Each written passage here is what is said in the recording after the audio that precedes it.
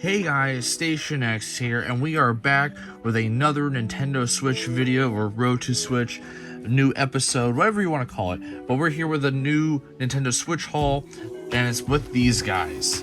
Now, I have a bunch of Nintendo Switch games here ranging from all different walks of Switch. We have the indie games, we have the major releases, we have games that kind of no one cares about. But we have a bunch of different variety of stuff here that I kind of wanted to go over, and considering how this is basically the premiere of Season 4, I just kind of want to start off with a nice big Switch haul. But without that further ado, let's get right into today's video with this pile here. So here we have like a bunch of games that not only like are sort of like new releases, but have also just major releases in a sense. Some of these did come out fairly recently, some as recent as a day or two, a couple days ago, and some as recently as within the year. But there's others that were just kind of like I didn't have a category for them, but they were kind of attached to major companies, so I figured why not, or major properties I should say. So I decided to put them in here. But first one in the pile here, we have Luigi's Mansion 2 HD. I actually have the original version, the Luigi's Mansion Dark Moon on 3DS. And obviously, as far as like cover is concerned in the name, you can clearly tell that they dropped the Dark Moon subtitle and just numbered it with the term HD. And it's kind of funny considering how like when this originally came out, so there was like no numbers in the series. 3 was kind of the first one to number it technically, and so this kind of looked like an outlier sort of thing. But I guess when they decided to remaster it, HD it, whatever, they added the 2, put HD on there, and just dropped the Dark Moon subtitle. So it's a little confusing. It might make people not realize that this is a remake and not, or a HD port, whatever, and not in a whole original game. But I mean, this one actually did do pretty poorly when it first came out, and funny enough, there was a lot of hype and anticipation for this one, at least a little bit, considering the fact that Luigi's Mansion 3 did really good. So I kind of hope people get a second chance. This game kind of gives it a second chance, because it's not that bad of a game. Of course, not better than the first one. I think that the first one's the best, but this one's definitely not that bad. And I mean, this version in particular has been tweaked a little bit, because of course we're not dealing with dual screens anymore, and it's not going to be in 3. It doesn't have like the 3D aspect, so there's obviously some different changes to it. It's not 100% the same, but it is fairly the same game. And I mean, if you haven't played Luigi's Mansion and just didn't want to start with the third one on Switch, this is a decent one to pick up as well. Prince of Persia Lost Crown, a Ubisoft original, which is something that Ubisoft's been starting to put on there now, which is a little cringe. But yeah, I mean, if you haven't heard of Prince of Persia before, it is basically the series that came before Assassin's Creed. And this has gone back from years ago, but has been kind of dormant as of recent, especially during the 360 PS3 generation onward. Again, Assassin's Creed kind of took it over. In fact, Assassin's Creed 1 was supposed to be a Prince of Persia game, but then spinned off to its own thing. So it's kind of cool that we got a Prince of Persia game, especially since the last one was kind of like a remake of the original, and they tried to bring it back to like the 2D flat route, like because originally the series was in 2D, and then it became a 3D game, of course, like all the 2D games did back in the day. And that remaster was supposed to kind of bring it back to that 2D route, and this one kind of keeps it there. It's just not like a 3D-ish game, but this one does it a lot better in my opinion, because there are some kind of quirkiness to the original reboot, remaster, whatever you want to call it, back in the 360. This one, of course, isn't like a super standout, but if you want some original Prince of Persia action, this kind of does a decently fair job with it. And if this is your first Prince of Persia game, I don't think this is a bad one to start with. Biomutant. Now, this was a game I actually kind of missed out on the original releases for, because this originally came out on PS4 and Xbox One and PC, and the Switch version is kind of late. In fact, this actually got delayed a couple times. So, not only was it like a Switch port kind of made way later than the rest of the other versions, but the Switch port specifically got delayed a bunch. Kind of reminds me of a certain Harry Potter game. It did eventually release, and it does include DLC, which is pretty good. And I figured what better time it is to, kind of purchase it. Now, am I expecting this to be kind of like the worser version as far as like graphics and specs and stuff like that? Probably. But that's just kind of the course of the Switch with certain types of games. But I've heard decent things about it. It's not a horrible game, but again, it's not one of those games that like lit the world on fire sort of thing. But I'm excited to try it out. And next up, we have a game that, quite frankly, the title is way too long for me to try to pronounce the whole thing. So I'm not even gonna go into that. Honestly, I'm gonna give my honest opinion on why I bought it, and it's kind of the same for most anime type games like JRPGs, covers, whatever genre you want to throw this in. I just basically bought it for the cover alone. I thought it was funny, and the fact that this has a ridiculously long name on the spine I think was kind of funny. I don't think this is the longest Switch title on the spine, but it's definitely up there. It's definitely on the top. So I simply got it for that reason. Now, I'm sure the game's great, and I did see some trailers on it. It's kind of funny. But it's kind of what hooked me into buying it. So the Jurassic Park collection. Now, a couple things that drew me into it, obviously, that these are classic games. So these are kind of ones from like the Game Boy and NES and some of the other systems like Genesis and things like that. And another thing too is kind of like it's like a limited run game. So anytime I see limited run, especially in like a GameStop, for example, I do try to pick it up because it's kind of like the most accessible way for me to get a limited run game at this point. I don't even bother pre-ordering on their website anymore because it takes forever. But I thought it was cool. I do like the movies. I'm a big fan. I do like the Netflix show, the Camp Cretaceous, and the new Camp Cretaceous 2. I forgot the name of it, but like the new show that they put out with the same cast. I do like that one too. Of course, I like the original movie the best. But I never really played a lot of Jurassic Park games. This is kind of like a way to catch up in a sense. We have Friday the 13th. I know this was a game that was like basically discontinued at this point. It's not like hard to find it, like super hard, but it's like starting to get difficult. I'm starting to see this disappear in stores. A few games that kind of comes to mind with that would be like WWE 2K18 is one I never see in stores anymore. So this is kind of going the way of that. But Friday the 13th is a pretty fun game if you like that sort of like Dead by Daylight type game where basically you're survivors trying to escape the slasher sort of deal. I'm not like a super fan of them, but I do like trying them out every once in a while. I mainly just play them with friends because it's like I can never play this kind of game by myself. I'm not the big fan of horror stuff. I'm not a fan of being scared of things. This is not my thing. I don't like scary movies. I just don't like it.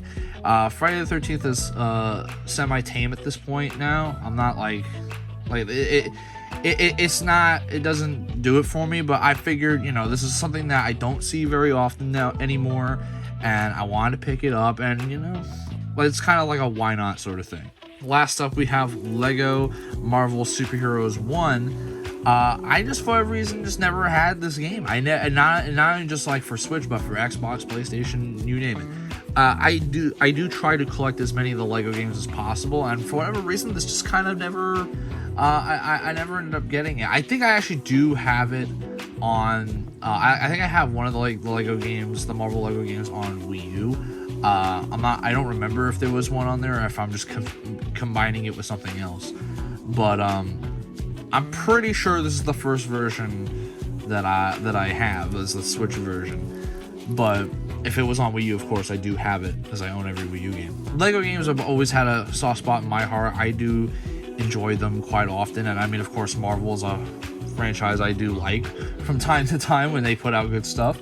So I mean, this kind of combines the best of both worlds sort of deal, similar to Lego Pirates of the Caribbean, Lego Star Wars, etc.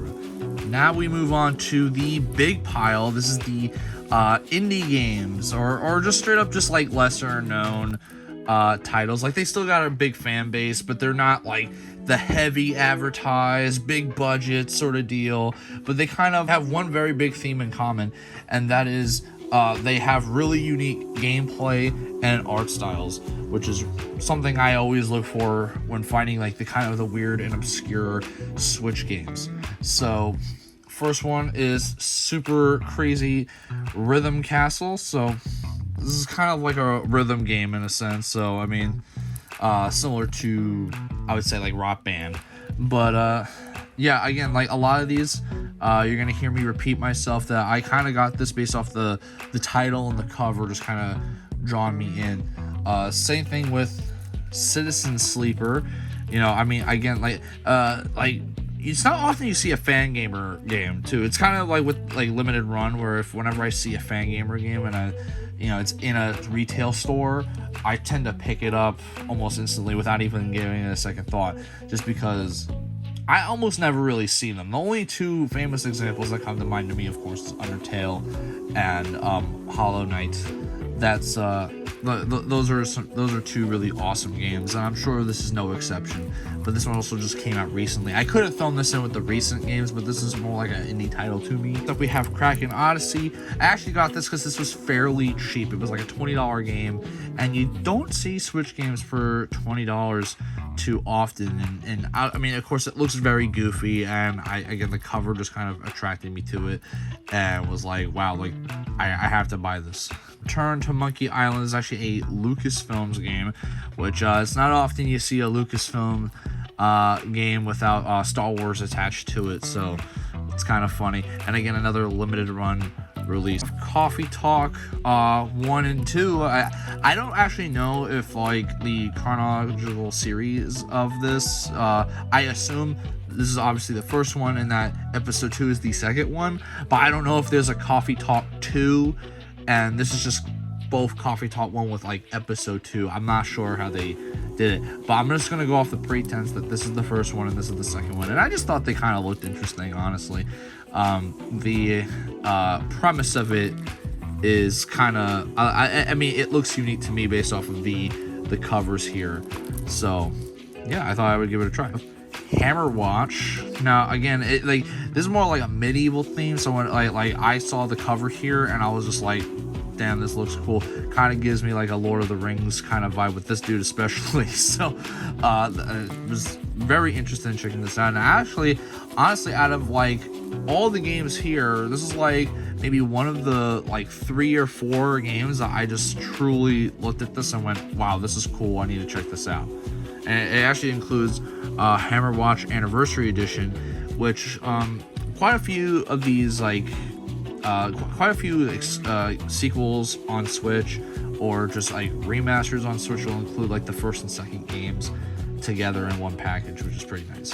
Untitled Goose Game. Now this was something I always saw in the store that I always kind of like, I don't really need it. It kind of looks goofy, and I'll just kind of hold off till later on. And I mean, I gotta say, I finally was able to, like, you know, make the decision to actually go ahead and buy this thing, because I mean, it does, again, it's a unique type of game. You're just kind of playing as a goose, doing goose activities, you know. And also the other thing too is that this thing comes with a lot of stuff. Typically Switch games do not come with like manuals, maps, and things like that, and this one does. That's kind of also like the main thing what I like about indie games, is that they'll typically, again, especially if it's the Switch version of stuff, just pack their stuff with like a bunch of extra goodies in the box that kind of makes the physical version of a game more intriguing. And I'm just gonna go on a guess here and say that the original release, because I do believe I saw this game with like a different cover, and I believe the original release was kind of more like a rare sort of thing, like a super rare or limited run, whatever. And then I assume the publishers themselves decided to like mass release it and then have like this has like a different cover. That's just a theory that I have because I didn't obviously read into the history of it. I just saw this appear one day and was like, that looks funny, and you know, decided to get the Switch version specifically. So I'm just going to group these three together because I kind of bought these three at the same time and I have like the exact same opinion on all three of them. We have Button Up, we have Loop Hero, and we have Gimmick Special Edition. And yeah, I mean, again, these are ones that like the art style kind of really grabbed me, the cover really grabbed me, and I just think they look really cool and something I wanted to try out. And typically a lot of these games are like these 2D like retro style type games, and it kind of just goes to show you that like 16-bit sprite sort of deal is still alive and well, because I mean there's just something about that type of game that really, you know, it still has a really big fan base, and I still really enjoy them and like them. You know, not everything has to be these super big games that are 3D with AAA studio budgets. Like, these are games that look cool. They're in the 16 kind of bit art style, as I don't actually know if it's 16-bit, but you know, like it looks similar to something like a Super Nintendo game or a Sega Genesis game, and those games were very gorgeous back in the day, mind you. I really don't think sprite work could have gotten any better than until now, and I mean, these are just kind of like cool looking, so I just wanted to give them a shot. Next up we have Raystorm HD Collection, and we have a game I kind of can't pronounce. I'm bad with words sometimes, so it's just like forgive me if I can't pronounce certain titles.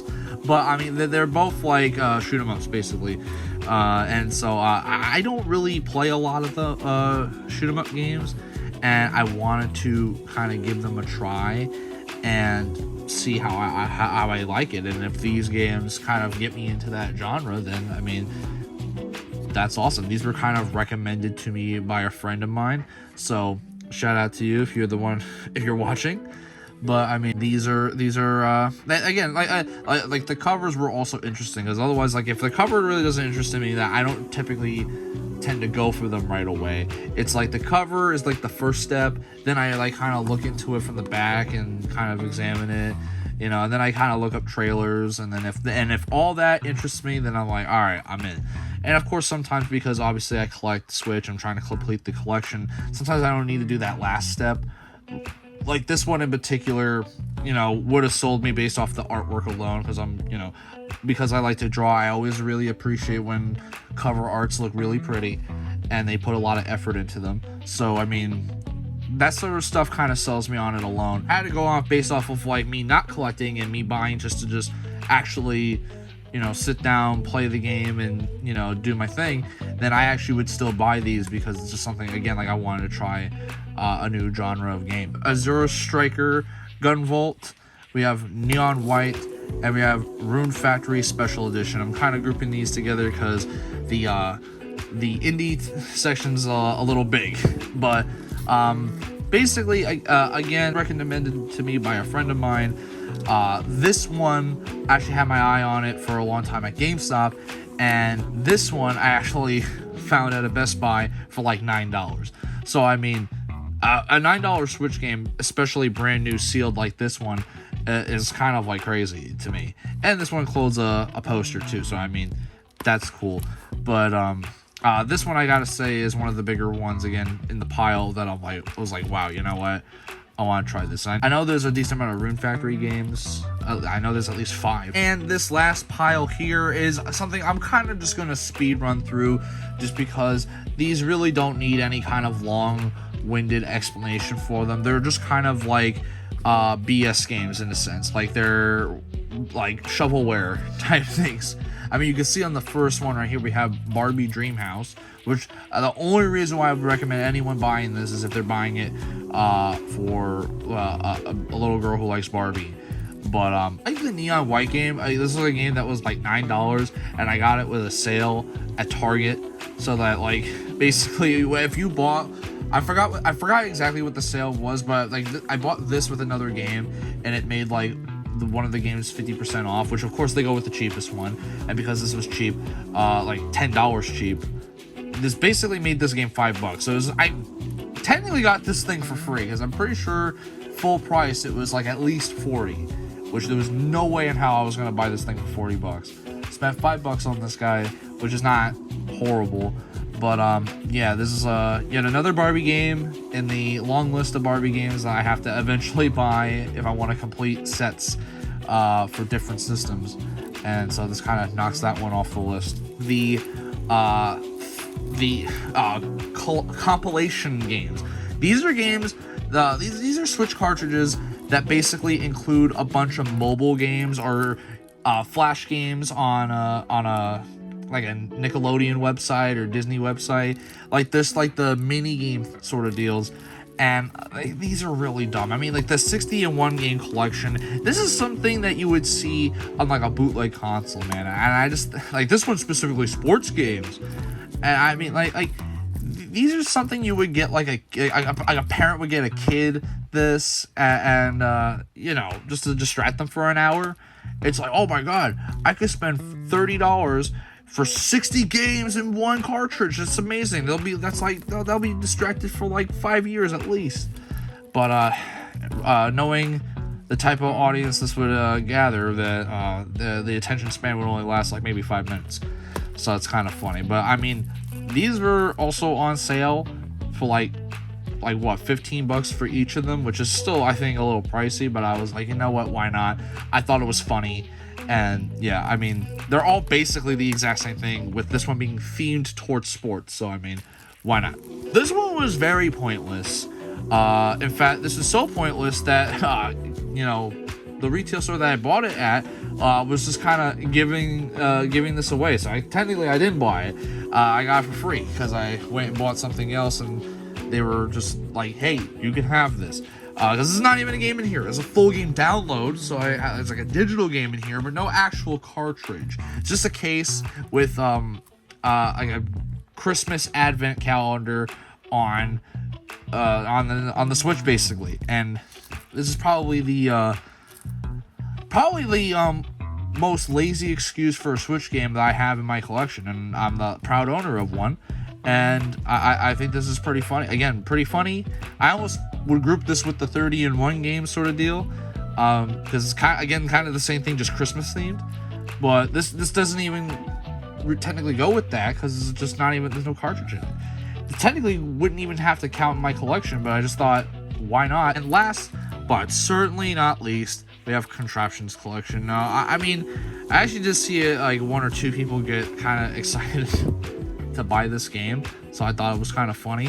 But like, man, was this like, I just don't see the point. At least this is like an actual game in comparison to all the other kind of BS games that I have right here. But yeah, there's really not much to say about it other than, you know, you're just using contraptions. It's a collection, I guess. And there we have it, all three piles down for the count, added into the collection. And I want to know what you guys think of this massive Nintendo Switch haul. Do you think I got some good stuff in here? What was your favorite out of the pile? What did you think was stupid in the pile? You know, just kind of let me know what you guys think about it in general. And as always, if you enjoyed the video and want to support the channel even further, a like and subscribe always helps out and it is always appreciated. You know, I'm trying to get up there, so if you help out, it'd be awesome for that. As always, I am Station X, and I hope you guys have a wonderful day. Baby, you give me ice and fire. You're giving me